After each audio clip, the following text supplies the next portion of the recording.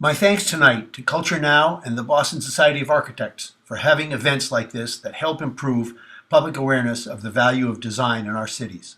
It's a treat to be here. Because time is short tonight, I'll keep my presentations to under 10 minutes. But since I want to show a lot of photographs, I've put this entire lecture on YouTube. But let's get to the topic. Photography and architecture are made for each other. For all its faults, photography is still our best medium for showing architecture. Also, please note, we architecture photographers need good buildings to shoot, and I'm grateful to all the talented architects in this room tonight. But talking about photography, cities, and change is what we're here tonight. And for this reason, I've selected Paris.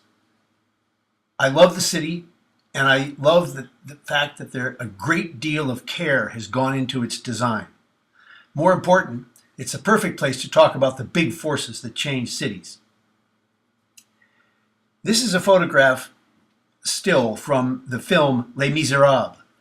It was inspired by Victor Hugo's masterpiece novel of the 1860s. Hugo based the novel on the June uprising of 1832, when citizens living in the old streets of medieval Paris revolted and built barricades in the tiny alleys and lanes of medieval Paris. Napoleon III was in charge of things then. In an effort to maintain order, he hired Baron Haussmann to remake the city. The Paris you see today is the city that Haussmann built. In order to document his new creation, Haussmann hired a photographer named Charles Marville. Marville did something radical. He photographed the medieval city that Haussmann destroyed. And Marville's photographs were so good, they're popular today. In fact, right now, they're up at the Metropolitan Museum of Art in New York, and they'll be there all during the spring of 2014.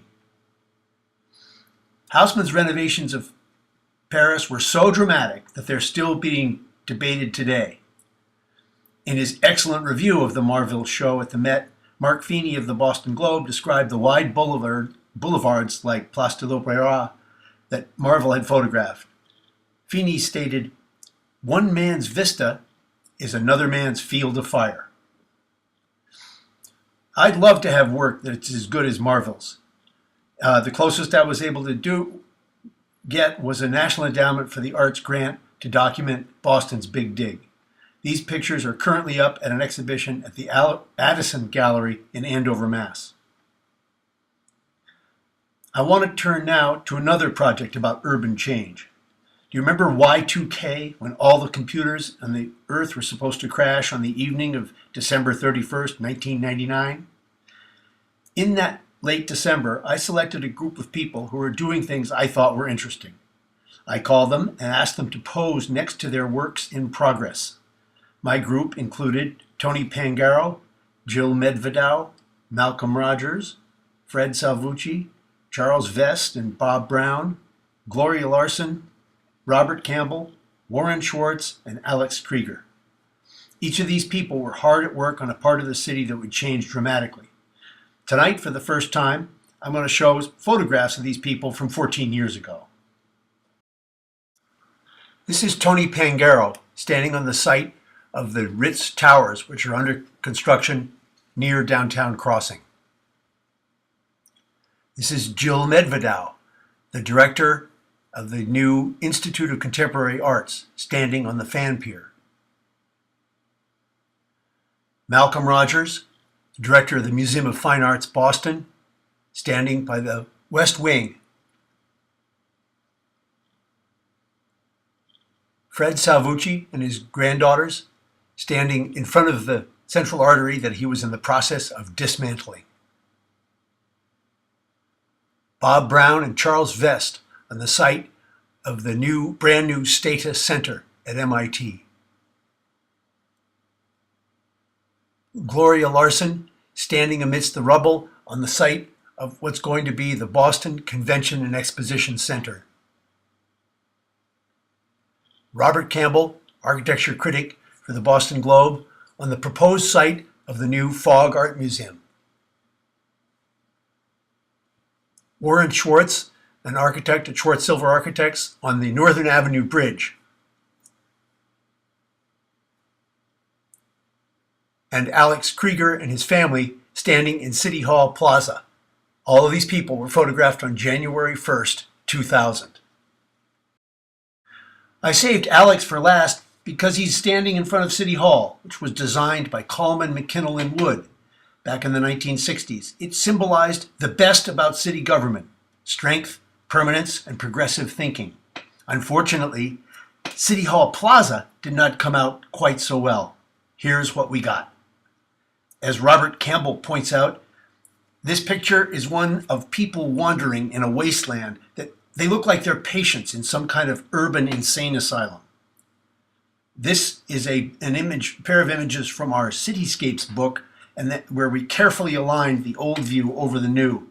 As you can see, Hanover Street used to cut directly through City Hall Plaza. In the 1990s, Norman Leventhal sponsored a competition to redesign the plaza. As someone who desperately missed Scully Square, I made a proposal to the City Hall competition. I simply replaced all the buildings from old Scully Square and plopped them right back into the plaza.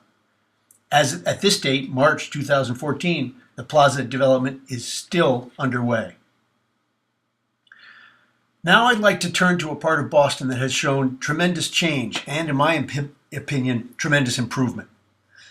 These pictures are Washington Street in 1906 and 1987 from Campbell and my book, Cityscapes of Boston.